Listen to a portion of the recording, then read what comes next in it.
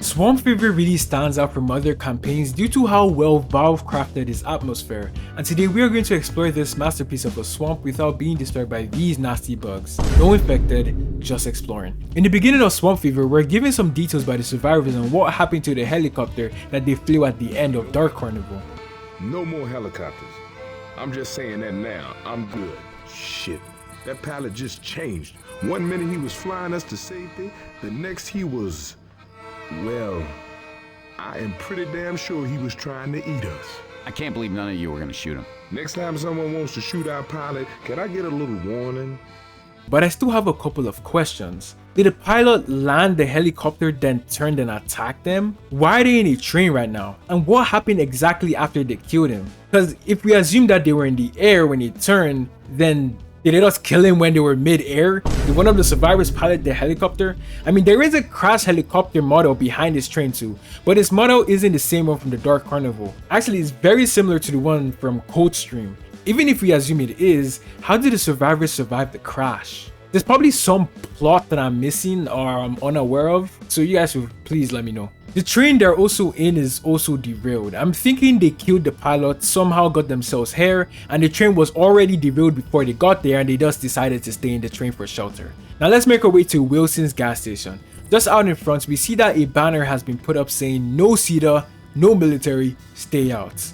Just off this, we already get a good idea on how the people living here are. They run solo as a group with no aid from external sources. This gas station is also out of gas, which doesn't surprise anyone. Funny enough, if there was still gas here and the survivors took it, the campaign Hard Rain probably wouldn't even exist. Okay, let's keep moving. Following this path will lead us to our first town, which was once inhabited by the people who again didn't want any aid from external sources. It's called Earl's Gator Village.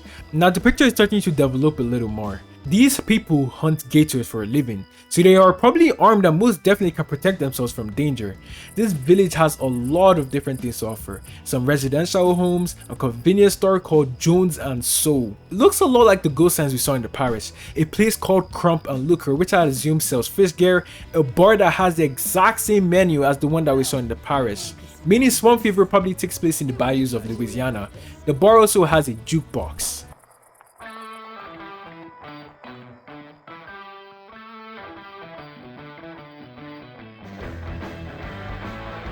And a charger hung up by ropes. Now before I get into the details, I'd just like to say this is the only time in Left 4 Dead 2 that we see a special infected's dead body that wasn't eliminated by our survivors. And why is that exactly? How did that throughout every campaign there are never any special infected bodies nowhere to be found except from the ones that the main characters kill? And this is what makes me think that these hunters are built different. Now let's investigate this thing. The left leg and right arm have much more rope around them because these parts are mutated and carry more weight. A good touch of realism from Valve. If the people here had this much time to put this up, it most definitely means at some point in time they were thriving during the zombie apocalypse, and we will see more of this throughout the campaign. Now the fact that the charger is wearing a jumpsuit, which is typically worn by gator hunters, may add to the fact that this is one of their own people, but at the same time this is generally just a model for a charger. Or could this mean that chargers originated from Swamp Fever and that's where they all wear their outfits? Hold on y'all, I may be cooking something. Considering the zero tolerance these people have, I think it would be logical to assume they put up this charger as a trophy, because remember, they're hunters, so they have to show off their kill somewhere or another. What do you guys think could be the reason for this? Just right beside this is sign saying caution, deep water with a gator on it. I don't think the person driving this car saw that though. And anyways, the only threat I found in this water was this gator plushie. Also notice how there's no infected body parts here. It may mean that these people escaped mostly unharmed. Now let's take the ferry. While we waited, I checked out this sign here that says gone to Village de Marais. Some French words meaning marsh or swamp. So whoever wrote this must have gone to a different village located deep in the swamp, as again we're in Earl's Gator Village. Also the French words allude to the fact that yes, we are in the bayous of Louisiana. Alrighty, let's enjoy our boat ride. Now I'd just like to mention that in terms of atmosphere, Swamp Fever nailed it. The crickets, the frogs, and the fog and mist make it feel real. There are also sounds of gators in it too, but sadly there aren't any gators in game. It would have been annoying to encounter one in game, but I damn sure would have been hyped if I saw one that could kill me. It would also make players think twice before they enter the water. Also, I found this random wheelbarrow and it was so far away from everything else that it made me think it was like an Easter egg to something. But I'm still looking out for a Shrek or Jason Voorhees Easter egg. please, Valve. Following this road will lead to a fork. Either we take the path on the left that has a gator on it, or the path on the right that says observation deck. But considering the fact that there are no animals here, meaning no gators, then that means there's also nothing to observe, so I don't really think this choice matters. If we use the gator path, it leads us to a house with items and blood on the ground. The observation deck led me to some sleeping bags, so some people were camping out here, and whoever set up camp down here must not value their life. Danger, do not feed gators. Yeah, sure. Are you serious right now, bro? But I grabbed the sniper just in case this mystical beast does exist. Shit! This swamp is gonna ruin my white suit. The white suit with zombie brains all over it? That one? Brains come out, swamp water doesn't. Don't ask me how I know that. The damaged car model is back. Lord have mercy, haven't I suffered enough? If you guys have watched any of my previous videos, you already know this car being here doesn't make any sense, even if I put thought and logic into it. In this last segment of Plant Country, there's a lot of water. Actually, Swamp Fever in general has a lot of water you walk in. I'd even say it could be to prepare players for the gameplay in Hard Rain. Right before we reach the safe room, we see the derailed train again, which I'm not surprised. Trains that carry cargo are long as heck. Anyways, let's rest up in this tube. What do you think? Is this a tube? What do you even call this? Okay, now it's time for us to actually get into the nitty-gritties of the swamp. I mean, that's what the level's called, right? Down this river, we find a stray boat and an axe stuck in a tree. Jason Voorhees mentioned Friday the 13th? Maybe? I guess I'll never know. Whoever operated this boat probably did sit and took this path there. In this area, we see a survivor who jumped out of a helicopter or plane, maybe the one we see later on, but his dumbass didn't stick the landing. But how many of you actually knew this guy could spawn in 2 different locations? He seems to be wearing military camo. Could he have been a soldier? He was infected too, which raises a lot of questions. He spawns with a throwable and a weapon sometimes. Further on, I found a house that was probably under construction and got wrecked, and a deck with a makeshift toilet with something in it that probably caused more harm than the grain flu. So you're trying to tell me fellas were really butt booty naked out here taking a shit while gators were watching? These people are crazy. This shack must be introverted. He was trying to hide behind some bushes, but I cut his ass. Sir, I don't think you can park here. A plane wreck. The body piles in this wreck may have been the people who died from the plane crash, as opposed to being killed by the gator hunters. But seeing a plane wreck doesn't surprise me. I mean, if someone in your plane is infected, you're cooked. And if you did have a parachute, you're cooked. Now, before I made a script for this video or even went as far as exploring Swamp Fever, I thought it'd be a hard video to make because Swamp Fever has a lot of open space and a lot of times with nothing in it. And it made me think, how am I going to write a script for a map that is empty very often? It made me realize that that was the point. That is what makes Swamp Fever special. Realistically, if you're in a swamp, you aren't going to find much out here. After all, it's not a city. Swamp Fever, unlike a lot of other campaigns, relies more on its atmosphere than its environment, because there isn't much to see, but there is a lot to feel. I found a house submerged in water. Could this be as a result of flooding? Or maybe the house was on a deck and his deck collapsed. There's also a car submerged in water, but we all know the driver here was just bad at driving. Interestingly enough, the car's windshield had 2 bullet holes in it. Now in this part of the map is where we fully understand that the people living here were on some different timing. On this road up here, there are body piles upon body piles, and one survivor who fought to keep them out. He was probably a scout or something. Also, some barricades were placed here to block entry from unwanted visitors. The defense here looks so good that even the survivors thought people may still be living here. Anybody home? They have power. Hey, y'all! Anyone home? Hello? Hey, yo! Anyone home? But before we can check out this base, let's head into the safe room. In the safe room, we see memorials for loved ones written on the wall. But the ones that stood out to me were: Jules got tired of watching everybody die, gone to find a boat at the Plantation house. You're smart, you do the same. RR. The only reason I find this interesting is because of Jules.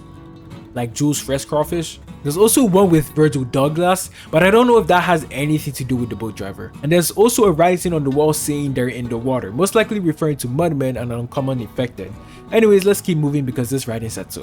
Here's the base. Obviously it's deserted, but the people put up hell of a fight. They have houses out here and even stores. This house has a lot of blood.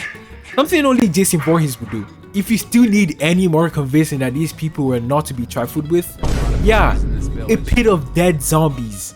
I'm not going to lie, the cows here pissed me off because it had made much more sense to put gators. Like bro, we are literally in the dead center of a swamp. Why did they even kill the cows? Could they be infected animals? Yo, infected gators would have gone crazy. Imagine an infected gator chasing you down. Yo, that'd be insane. Behind the base are more houses and a bridge. A bridge in which I stood there and let all my emotions out. Help! Help me! I decided to stand right here and take everything in. The fireflies, the mosquitoes, frogs, crickets, the nasty mud, dirty water, the fog and mist, rundown shacks, and non-existent gators. The imperfections of the swamp are what makes it perfect. In other Left 4 Dead 2 campaigns I've explored so far, there hasn't been an experience or an atmosphere as unique as this. Pushing on, I found a man's legs. Could this be? Left 4 Dead 2's biggest mystery has been solved. The first half of the man I was looking for in the past scene was all the way in swamp fever, and they bodied his friend too. Maybe they encountered a tank. Did people really live in these shacks? Says the man in a dirty suit. Making our way through these shacks, we have to lower the bridge to get across. If you're patient like me, you'd wait for the bridge to go all the way down. Yeah, I'm talking about you. Because I know you don't wait for it to go all the way down. The audacity. I found this shack with zombies in it. Fellas out here really just storing these mofos. The military ain't got nothing on them. This bridge here confuses me. Do I even call it a bridge? It's more like a stunt jump from GTA. But this wouldn't make any sense in game. Why is one side elevated and the other not? And even if we assume it's broken, then what side of the bridge would we even consider to still be in its original position? Let's head to the safe room. I have something to show you guys. The sun is shining, oh my days. Which means the whole beginning of the campaign takes place very early in the morning. Taking a stroll led me to the last village of Swamp Fever. There's this place called Shia Valley Sundry. Some empty houses I guess Nick wasn't able to sell out. But this other house did seem like it had an owner. Just that the owner doesn't seem to be doing so well. There was also a chrome truck here, which is odd. I don't think I've seen any other chrome vehicles in this game, or maybe I'm just tweaking. There must have been a lit-ass respray shop nearby or some shit. And this is what I wanted to show you guys, my own mega mansion. It just cost me like $0, no biggie for a guy like me. And you can tell by the scaffoldings that I was doing some renovations, but the construction workers just randomly stopped showing up one day. I wonder why. Anyways, let me give you guys a tour. The door is blocked. That's embarrassing. But not to worry, we can use the scaffolding here. I know, this isn't your ideal entrance, but we have to make it work, okay? See, I even added 4 teddy bears here to give you guys a warm welcome. Just ignore the walls. They aren't painted because if you're unaware, I have a lot of problems with the dude that's meant to do the job, you know? Long story. We are here, Plantation, the finale. Before we get into the finale, let's look at some details in this mansion.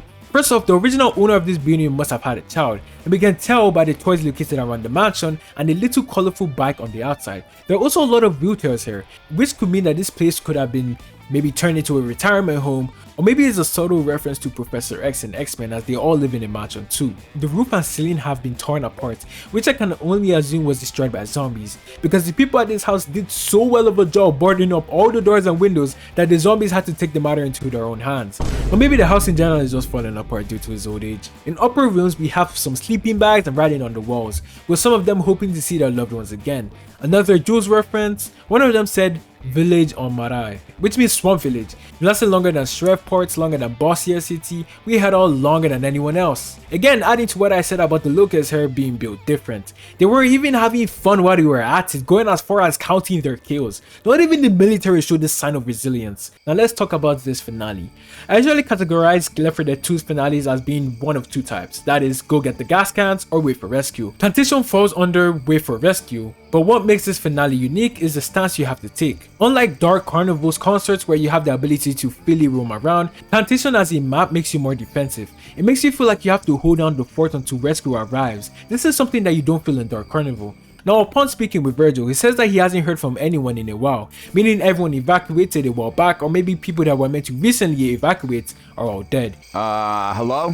Oh, sure. It was real good to hear from somebody. It's real quiet out here. After shooting 2 tanks and getting prepared to escape, the gate exploded, which first off didn't do any damage. And who exactly blows up this gate?